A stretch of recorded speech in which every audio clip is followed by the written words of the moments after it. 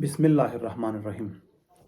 زه نن غواړم په دغه ویډیو کې په دې خبرو باندې بحث وکوم چې موږ افغانان ولې همیشه د بل چا لپاره خپل ځانونه قرباني کوو، ولې موږ ته نور خلک درانه او خپل ځان سپک ښکاري، ولې موږ ته د نورو مذهب کوي زموږ ضعیف ښکاري، ولې د نورو لپاره موږ ځان قرباني کوو خو د خپل ځان لپاره بیا هیڅ نه یو، ولې موږ بل هیواد مسلمان ته قدر ورکوو، اهمیت ورکوو، خو خپل ورور بیا وژنو، په هغه د کفر ټاپه لګوو، په هغه د مرګ تور پورې کوو، باوجود د دې چې نړۍ کې تر ټولو سختترین مسلمانان چې دي هغه موږ او تاسې یو، یا زموږ او ستاسو په هیواد کې قوانین پلي کیږي. ځکه زموږ او ستاسو په هیواد کې موسیقۍ ته هیڅ اجازه نه ورکوي، باوجود چې په سعودي عربستان چې د اسلام مرکز ده په جده کې هلته کنسرتونه کیږي. جسټین بیبر چې د امریکا تر ټولو مشهور سندرغاړی دی هغه راځي او عربي جنوکۍ ورته ټوله شپه ګډیږي. همدغسې په فلسطین کې وګوره ښه ژوند روان ده، موسیقي ده، سندرې دي، کنسرتونه دي، هر څه شته ده، باوجود چې د دوی دغه دومره وخت کېږي له اسرائیلو سره جګړه کې دي. همدغسې مینامار کې ونیسه، هندوستان کې ونیسه، اندونیزیا کې ونیسه، پاکستان کې ونیسه او په نورو هیوادونو، په نورو نړۍ څومره اسلامي هیوادونه دي، په هغو هیوادونو کې چې هره وړه خبر پیښه شوې ده یا هر کار شوی ده د هغوی لپاره موږ چغه پورته کړې. په افغانستان کې مظاهرې کړي دي، لاریونونه هم کړي دي، خپل سرکونه هم بند کړي دي، خپل ځان ته مشکلات زیات کړي تر څو موږ د هغوی لپاره مظاهره وکړو. د فلسطین لپاره موږ بار بار چغې وهلي، نالت هم په اسرائیلو ویلی، په امریکا هم ویلی، په اروپا هم ویلی ده، په ټولو باندې د ټولو په مخالف موږ چغې وهلي دي. همدغسې په سوریه کې چې وشول، همدغسې یا په سعودي عرب کې کېږي یا په نورو اسلامي هیوادونو کې چې وړه پیښه شوې ده موږ چغې ورته وهلي دي. نن تر ټولو ستره بیلګه دا وه چې یو د هندوستان یوه مسلمانه نجلۍ چې مسلمانه هم ماته ښکاري یا نه ښکاري، خو هلته په سیاسي سیستمونو کې دا خبرې ډېرې کېږي. ځکه د هغې نجلۍ د فیسبوک پاڼه ما وکتله، زه ورغلم، هغې چې کوم ډول انځورونه اخیستي وو، څنګه په پوهنتون کې له هلکانو سره ناسته پاسته لرله، هغوی سره تنها 3-4 هلکانو سره کښتیو کې ناسته، چکر ته سمندر مابین ته تلل چې هېڅ چاته نه ښکاري، هلته یې عکسونه اخیستي دي، هلته یې چکرې وهلې دي. د یوې مسلمان نجلۍ له بل کس سره ناسته ناروا ده. نو دې چې سره کوم کارونه کړي هغه د هغې خپل کار ده، لا لګیا ته دوام ورکوي، دا کارونه یې بس کړي نه دي. نو په هغې باندې نن موږ او تاسو مسلمانان یا افغانان راجګ سول او غیرت ته شروع وکول او دومره چغې ووهلې چې نړۍ خبره کړه چې ولا دا نجلۍ زنده باد او د هندو د مسلمان جنګ ده. ګورئ، جنګ د هندو د مسلمان نه ده. موږ او تاسې دغسې قربانیان ډېر ورکړي دي. مخکې له دې چې خبر سو دغه جګړه د څه ده، د څه په نوم باندې دغه خلک احساساتي کېږي. یوازینی څه مذهب ده چې موږ او تاسې په ډېر احساساتي کېږو. ګوره موږ او تاسو هم په دغه 40 کلونو کې څومره ووژل سلو. زه ما دغلته وړې بیلګې ولیکلې چې زه به تاسو ته ووایم. ګورئ په کابل کې په روغتون باندې حمله وسوله، که هر چا ګوره حملې چې هر چا کړي ما ته مهمې نه دي، که مسلمان کړي، که طالب کړي، که حکومت کړي، که امریکا کړي، که هندو کړي، هر چا کړي ما ته مهمې نه دي چې چا کړي. ما ته مهمې دا دي چې ولې افغان ووژل سو. که هر چا ووځه، هغه متل ده وایي پلار د سپرو مړ که پیاده و، د مخالف کس ورته ویله چې هر چا مړ که زموږ له خې نه یو باسته. نو اوس ما ته مهمه ده چې افغانان ووژل سول، دا چې هر چا وژلي دي ما ته هغه مهم نه دي. افغان چې وژل کېږي دې خلاف باید په نړۍ کې غږ پورته شوی وای. زه تاسو ته څو لنډې بیلګې وایم چې څومره افغانان په کوم وختو کې او ولې مړه شول، د چا لخوا مړه شول. ګورئ، اول د کابل په پوهنتون باندې، د کابل په روغتون باندې چې حمله وسوله، په هغه روغتون کې چې هلته زیږنتون ده، یعنې ماشومان پیدا کېږي، په هغو ځایونو کې څه رقم میرمنې، په کومو حالاتو کې انسانان وي. ګوره د یو چا کورنۍ، تازه کورنۍ کې یو ماشوم پیدا کېږي، نړۍ ته یو د مسلمان امت زیاتېږي، د یو چا د کورنۍ امیدونه ارزوګانې پوښټېږي، هغه ماشوم د مور په خېټه کې ووژل څه که ونه وژل. دا تاسو شاید داسې شی ستاسو له یاده وتلي نه پوهېږم، خو زما له یاده نه دي وتلي. د مور په خېټه کې ماشوم ووژل څه، دا ګورې د نړۍ تر ټولو ستر جنایت، تر ټولو ستر وحشت همدغه ده چې د مور په خېټه کې ماشوم ووژل شي. دې نه بره کرایم او جرم بیخي شته ده نه.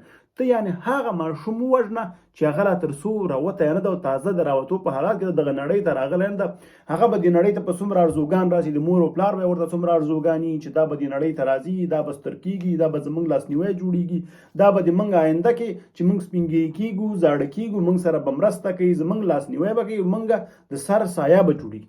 هغه ټولې ارزوګانې په خېټه کې ووژل شولې. ګورئ، دا د نړۍ تر ټولو ستر وحشت او جنایت ده. یو بله بیلګه په کندوز کې په مدرسه باندې بمباري وشوله. 150 نه ډیر واړه تنکي ګلان پکې وژل شول. ما ته مهم نه ده دا چا وکول، حکومت کړي، د امریکا کړي، د طالب کړي، د بل کړي. ما ته مهم ده چې ولې دغه تنکي ګلان وژل شول. یو د اسلام او جهاد په نوم راوغتل مدرسې ده، د جنت او دوزخ په نوم راوغتل، بل ویل چې دا د وحشت او ترور ځای ده، بل په بمبار وکړ. ګوره یو په یو نوم هلته راوتې، بل په بل نوم باندې وژني. بچیان د غریب افغان مړه کېږي، بچیان د غریب افغانستان مړه کېږي، افغانستان له پښو غورځېږي. ماشومان او نوی نسل د یوې ټولنې د ملا تیر ده. افغانستان د ملا تیر مات ده. ځکه ځوانان زموږ نیم بې سواده پاتې شول، نیم نشایان شول او نیم ووژل شول او نیم نور په بهرنیو هېوادونو کې مهاجر شول. دا دومه بیلګه. دریمه بیلګه په ننګرهار کې د داعش ډلې افغانان په بمونو کېنول ویل ځول. ګورئ وژنې هر رقم کېږي، په بم باندې یو څوک کېنوه ښه روغ و جوړ کېنې ښه تیار ده. که څوک د شا له خوا یا جنګ کې ولي کومه دردونکې نه وي، خو یو څوک چې دې راولي درته په دغه بم کېنو دا بم وسلوزم، دا ګوره څومره ستر وحشت ده او خلک ورته ولاړ سیل کول. ټکور غوښې په باد سولې. ما ته مهمه نه وه چې دا چا وګټل، که داعش و، که طالب و، که عسکر و، که امریکا و، که بله و. څوک مړه شول؟ افغانان مړه شول. ولې نړۍ چپ پاتې سوله؟ په هغه نورو پیښو باندې ولې نړۍ چپ پاتې سوله؟ ولې نړۍ خپل غږ پورته نه کوي؟ ولې د هندوستان مسلمان غږ پورته نه کوي، د پاکستان پورته نه کوي، د سعودي عرب پورته نه کوي، فلسطین پورته نه کوي؟ ولې د خلکو خلو کې ولې دا غږ نشته؟ ولې زما وینه دومره ارزانه ده؟ ګورې مسلماني په خپل ځای باندې نړۍ سره باید همغه رقم لاړ شي، څوک سره کم ځي. اسلام کې هم بې غیرتي حرامه ده، چې یو څوک در سره ونه کوي مې ورسره کوه. هېواد سره مینه ولرئ، حب الوطن من الایمان، دا یو حدیث ده. خپلو خلکو سره مینه ولرئ، خویندو میندو سره مینه ولرئ، خپلو کورنیو سره مینه ولرئ. هغه سړی چې بمونو والوځول، تاسې خبره چې د هغې کورنۍ به اوس څه کوي؟ شاید د چا مغه یو سرپرست و، اوس به خور او مور په سره خیرات ټولوي. دغه تاسې غوندې ځوانان دغه د جنوکیو لپاره احساساتي کېږي او راځي وایي چې دغه جرۍ اسلامي ده او دا همغه ځوانان د شهوت په خاطر باندې یو 100 روپۍ ورته ورکوي چې راځه ما سره دغه کار وکړه. هغه بیچارهګان سوال کوي، وږي ته ناستي. بیلګې ختمې دي، درته کیسې نور هم کومه. ښه، په پکتیا کې د والیبال په میدان کې بم الوزول یا په هغه ځای باندې حمله کول یا پکې ځان مرګ کول. ګوره والیبال یو ورزش ده، خلک ورته ناست وو. د افغانانو د یو ډېره غټه خوشحالي دغه لوبې دي، نوره خوشحالي نه لري، ځکه تعلیم دین لري چې یو څه داسې جوړ کړي، یو څه کشف کړي چې پاس فضا ته یې ولیږي یا یو نوی څه کشف کړي، خوشحاله بیا موږ دا جوړ کړو. نه، دا خاص هم نه شي کولی. نو غټه خوشحالي همدغه ده چې مازدیګر راجم سي، کینی، یا والیبال وکړي یا فوټبال وکړي یا کرکټ وکړي یا همدغسې یو ساعت تیري میله وکړي. دا خو حرام نه ده که نه، دا خو کفر نه ده که نه، دا خو بل څه نه و که نه. ولې دومره خلک پکې ووژل شول؟ حتی مظاهرې څه چې خلکو رسنیو کې هم یاده نه کړله چې وی چې په دغه هېواد کې دومره کسان مړه شول بیچارهګان، رسنیو کې هم چا یاده نه کړله. ولې چا مظاهرې ونه کول؟ دغه هندو جنوکۍ وړاندې هم دغه د هندوستان مسلمانه وړانده وه، کڼه وه، ګوډه وه، شله وه، څه پسې وي. په هندوستان کې 300-400 میلیونه وګړي مسلمانان دي، ولې یو غږ نه پورته کوي؟ ښه، راځم. په لغمان کې په جنازه کې بم والوت. مهمه نه ده چې چا والوځو، ما تاسو ته ما ته مهمه نه ده. مهمه ده چې ولې دغه مسلمان بې ګناه مړ څه؟ ولې هغه یې که پوهنتون کې نجلۍ له حجاب سره پرې نه ښودله، شاید د هندو مذهب کوم مشکلات و یا هم د دوی سیاسي بحثونه و، ښه هغه په هغه ځای کې په هغې باندې تاسې دومره غیرت وکړو. ولې د لغمان کې په جنازه کې بم د ګوره جنازې ته څوک راځي؟ مسلمان راځي. جنازه کې خو کافر نه، کافر خو په جنازه نه پوهېږي.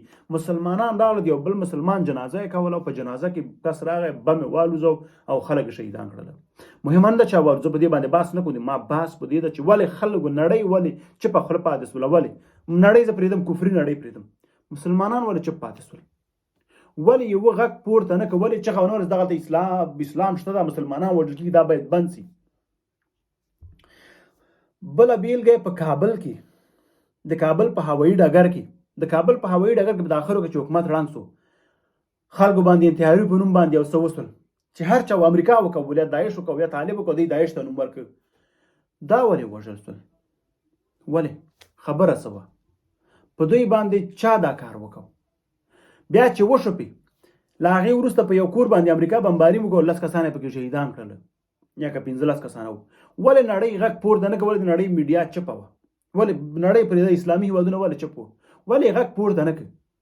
ځکه موږ هم مسلمانان یو، موږ هم دا حق لرو. ګوره که ورور یې در سره ونه کوي، ته یې ورسره نه کوې. وایي وروري حساب تر منځه، ګوره نړۍ مسلمانان که لګي یو کار کوي موږ سره چې په کومه طریقه چلیږي موږ ورسره په هماغه طریقه چلیږو که نه د هغه د مونځ ثواب ما ته نه رسېږي زما د مونځ ثواب هغه ته نه رسېږي د هغه د روژې ثواب زه نه اخلم زما د روژې ثواب هغه نه اخلي د هغه قبر ته زه نه ورځم مرګ نه وروسته زما قبر ته هغه نه راځي زما عملنامه هغه لاس کې نه اخلي د هغه عملنامه هغه دنیا کې زه لاس کې نه اخلم هر څوک د خپل ځان خپل مسؤلیت لري هغه دنیا کې هر چاته خپل عملنامه په خپل لاس کې ورکول کېږي هر څوک له خپلې پښې ژوندېږي بیا نو زه ضرورت لرم چې د هغه لپاره چغې وهم د هغه لپاره قرباني ورکوم خپله خور مې بېعزته مور مې بېعزته ترور ورور پلار نیکه ټول مې بېعزته اوس د هغه لپاره چغې وهم د هغه همغه لور په پوهنتون کې ځي پوهنتون لپاره جنګ کوي د پوهنتون لپاره مظاهره کوي د درس لپاره مظاهره کوي د کار لپاره مظاهره کوي راوځي ته پې قرباني ورکوي ته ورته ماشاءالله والحمدلله والله اکبر وایي خو خپله خور چې دا کار وکړي هغه کافره ګڼي هغه ملحده ګڼي هغه د هغې مرګ روا ګڼي هغې ته د چادري راغوستې د هغه له کوره بهر نه پرېږدي خو بیا د بلې جلۍ لپاره په میډیا کې چغې وهي دې ته وایي خودکشي بېګانه پرسته خبرې ختمې نه دي بل مثال تاسو ته زه وایم څه موده مخکې په افغانستان کې هم یو ماشوم په سا کې وغورځېده هېڅ چا غږ پورته نه کوي خو یو مراکشي ماشوم په سا کې غورځېدلی و 2 ورځې هسې روانې وي خپلو هېوادوالو یې هڅې وکړلې خو دا خبر دومره نړیوال د نړۍ یو هېواد پاتې نشته چې دا خبر پکې نه خپور شوی دغه تاسو یاستئ په دغه میډیا کې تاسو یاستئ ټول په دا میډیا کې یاستئ ټولو به لیدلی ټولو به اورېدلي ټولو به لوستي چې دغه مراکشي ماشوم وروسته له 2 ورځو نه مړ پیدا سي مړ راووته خدای دې ماشوم وبخي زه پې خفه سولم د یو انسان په حیث زه په هر چا خفه کېږم حتی زه په حیوان باندې خفه کېږم چې مړ کېږي انسان خو پرېږده خو دا مهمه ده چې څوک خپل ځان ته څومره اهمیت ورکوي ګورې هغې خپل ماشوم ژغوره ځان ته څومره اهمیت ورکړه نړۍ کې دا خبر څومره خپور څه نړیوالو موږ سره غم شریکي وکړه ویلو چې یارې واقعیت دا باید نه وای شوی ټول پې خفه شول افغان ماشوم نه خپلې کورنۍ نه خو همسایه هم خبر شو نه شولی خبر یو نیم کس که خبر شوی ده هغه بېله موضوع ده یو نیم کس هغه خبر شو هغوی دا خبره میډیا ته راونه باستله ځکه دومره اهمیت څوک نه ورکوي که میډیا ته یې راوباستي یم تېره زیم تېروم بل یم تېرېږو تې ځکه چې موږ خپل ځان نه ده پېژندلی موږ خپل ځان ته ارزښت نه ورکوو تر څو چې د خپل ځان عزت ونه کوي تر څو چې خپل ځان ته ارزښت ورنه کوي رسپیکټ خپل ځان ته ونه کوي بل څوک درته رسپیکټ نه کوي تر څو چې خپل قوم ته خپل ژبې ته خپل ملت ته د ویښتیا خبرې ونه کوي بل څوک درته نه کوي هغه همیشه غواړي چې ته ویده غلام پاتې سي تر څو خپل ځان خپله رئیس جوړ نه کړي بل څوک تا نه جوړوي ته باید په خپلو پښو ودرېږي خپله منډه ووهي او خپله والوځي که ته په دې تمه چې بل څوک به راځي ما ته به حضور نږدې زه به الوځم دا خوب به قبر ته ویسه دا خوب د موږ نیکونو هم قبرو ته وړی ده موږ به هم ویسو تر ټولو جالبه او اخره خبره دا ده چې موږ څومره افغانان په دغه سمندرونو کې غرق سلو څومره افغانان په سمندرونو کې ډوب سلو په دې قاچاق لارو باندې راتګ سره چا غږ هم پې وکړو چا غوږ هم پې وخوځو ژوندۍ کورنۍ غرقې سولې یو سوریایي ماشوم 15 کاله مخکې ټولو ته به یا 2015 کال خو ښه خبره 14 کلونه کې ده د سمندر غاړه کې مړ پیدا سو څومره غوغا نړۍ کې جوړه سوله هم لیدله څومره غوغا څومره چغې نړۍ څومره په سر اخیستې وه چې ولې دغه ماشوم مړ پیدا سو زه پې خفه سولم مسلمان ماشوم و که کافر هم وایي زه پې خفه کېدلم ځکه ماشوم و هغه معصوم ده هغه هېڅ له ګناه او ثواب نه خبر نه ده هغه ماشوم ده څومره نړۍ زور واخیسته څومره نړۍ شور واخیسته افغانان ماشومان کورنۍ سره غرق سول مړه سول برباد سول وویشتل سول ډزې پې وسولې په سمندر کې غرق سول ونیول سول کردان ونیول مړی ټکر کړه چا غږ واورېده چا غږ پورته کړ اسلامي نړۍ زموږ مرسته وکړه دغه د فلسطین لپاره موږ څومره مظاهرې کړي د اسرائیلو خلاف په موږ باندې امریکا حمله وکړه نه موږ باندې هم کفر حمله کړی په هغې باندې هم شاید کفر ظلم کوي یا په موږ باندې روسیه حمله کړې وه یو فلسطیني غږ پورته کړ یوه چغه ووهله ویلې چې هره دغه ولې په افغانانو باندې کېږي تاسو ماته یو ثبوت راوړئ یو مظاهره د یوې مظاهرې ماته عکسونه ویډیوګان راوړئ د افغانستان بیرغ یې پورته کړی د افغانستان لپاره چغه پورته کړي راوړئ نه ستاسو ګورئ موږ او تاسو ته پردی مړی ولې غټه ښکاري موږ او تاسو ولې بېګانه خودکش بېګانه پرسته یو ولې موږ ته نوره نړۍ ښه ښکاري خپل ځان راته بد ښکاري خپل ورور راته کافر ښکاري بل راته مسلمان ښکاري اردوغان هم دغه اکثرو خلکو د نړۍ د اسلامي نړۍ د دم ګړۍ خلیفه یې ګڼم نعوذ بالله د آخر زمانې پیغمبر یې ګڼم دې حد ته یې رسولی و د اردوغان ملک سره باندې خبر هستئ هلته ښځې ځانونه خرڅوي هلته په میلیونونه جنده خانې دي هلته جنده مالیه ورکوي یو هېواد پې چلیږي جنده چې مالیه ورکوي هغې نه د ملا تنخوا ورکوي په هغې مسجد جوړېږي، په هغې مدرسه جوړېږي، په هغې په نړیوال سټیج کې ځي خبرې کوي، ځکه خپل پوځ یې پرې جوړ کړی ده، پوځ یې په هغه پیسو جوړ کړی چې په هغه سټیج ته ځي خبرې کوي. د اردوغان ملک خبر است چې جنوکۍ پرتوخکلي مکتب ته ځي، دې نه خبر استی چې د چا پرتوک په خو کې هغه مکتب ته نه پرېږدي. اوس شاید 1.5 قانون بدل شوی چې کنه ډېر مکتبونه سلو کې 9 مکتبونه هغه وخت کې چې زه په ترکیه کې په 2009 کال کې یو 8 میاشتې 9 میاشتې اوسېدلی یم. هغه وخت کې ما چې کومې جنوکۍ لیدلې چې ما ورته اسلامي هېواد ویلې، جنوکۍ وړې وې که غټې پرتوخکلي مکتب ته ځي، که یا باد و که باران و که هر څه و، جنوکۍ به پرتوخکلي مکتب ته ځي، پاس تر زنګانو پورې، زنګانونه لږ لنډ یونیفورم غوندې کمیس لري. په ډېرو اروپایي هېوادونو کې هم شاید واوسي، یا په انګلینډ کې به هم ډېر هلکانو به لیدلي، که څوک په ترکیه کې اوس شاید بعض ځایونو کې تغییر راغلی اوسي، خو ولې هلته جنوکۍ پرتوخکلي مکتب ته ځي. خو تاسو دغه د نړۍ ستر خلیفه ښکارېده. ګورئ مخ خپله خور دومره بې حیا او بې عزته ګڼئ، مکتب تللی حق ده، پوهنتون ته تګ حق ده، او مه هم خپل ورور کافر ګڼئ. مذهب ګورئ هر څوک له خپلې پښې نه خپله ژوندېږي، مذهب د هر چا خپل ده، هر څوک به خپل مسؤلیت لري. طالبانو اوس د ښځو د میرمنو لپاره دا طرحه جوړه کړې چې غرمې له 10 نه د ماسپښین تر 2 پورې به جنوکۍ پوهنتون ته ځي. امکان نه لري، ځکه هغوی چې دی یو خو سره ګرمي، بالخصوص په جلال آباد او کندهار او داسې بعضې ولایتونو کې په دې ګرمۍ کې پوهنتون. دوم د کلتور له مخې نه افغانان 12 بجې خوشا ډوډۍ خوري، هغه ډوډۍ هم پرې نه کېږي. دریم د مونځ وخت، یوه نیمه بجه د مونځ وخت دي، هغه مونځ نشي کولی. که دوی مونځ وکړي د غرمې ډوډۍ وخوري، مکتب ته پاتې کېږي. دغه سمسترونه چې 4 میاشتې خوشا سمستر یې پوهنتون کې، دا به د جنوکۍ په 3 ساعتو سره کم زده کړي دا درسونه. دا خو سخته ده، اسانه خبر نه ده، نه کېږي. ګورئ زمونږ او ستاسو هېواد ډېره په چپه طرف روان ده. زه درته وایم خودکشه بیګانه پرسته کېږئ مه، خپل ځان ته قدر ورکوئ، خپل ځان ته عزت ورکوئ. که تاسو خپلو ځانو ته قدر ورنه کوئ، وګورئ خپله کورنۍ هم درته عزت درکوي نه. که په خپله هم په ځان باندې للوخان نوم ایښی یا ګلخان هم نوم ایښی، ټول خلک در پورې خاندي ګلخان درته وایي. خو که خپل ځان باندې ښه نوم ایښی، خپل ځان ته عزت ورکړئ، بل څوک دې هم عزت کوي. نو بیګانه پرستی ښه نه ده، د خپل ځان عزت وکوئ تر څو نړیوال ستاسو عزت وکوئ. نو هیله ده زما خبرې در باندې بدې لګېدلې ونه اوسي. په یو لایک او کمنټ له موږ ملاتړ وکوئ، موږ ته کمنټونه پرېږدئ. زه ستاسو نیوکې، وړاندیزونه، پیشنهادونه هر څه د سر په سترګو منم. په کوم موضوعګانو غواړئ زه به خبرې وکړم، نو ما ته کمنټونه پرېږدئ. زه ستاسو کمنټونه همیشه لولم. قربان هم له مینې، او زموږ چینل له ځان سره سبسکرایب کړئ. هیله ده زموږ له راتلونکي ویډیو نه هم برخمن شئ، او دغه یوټیوب له ملګرو سره هم شیر کړئ، تر څو ملګري دوستان مو هم له دې نه خبر شي چې له موږ سره دغه یوټیوب یا دغه آنلاین کورنۍ کې یو ځای شي او زموږ معلومات له ځان سره وساتي. مننه، قربان هم له مینې. فعلا د خدای په امان.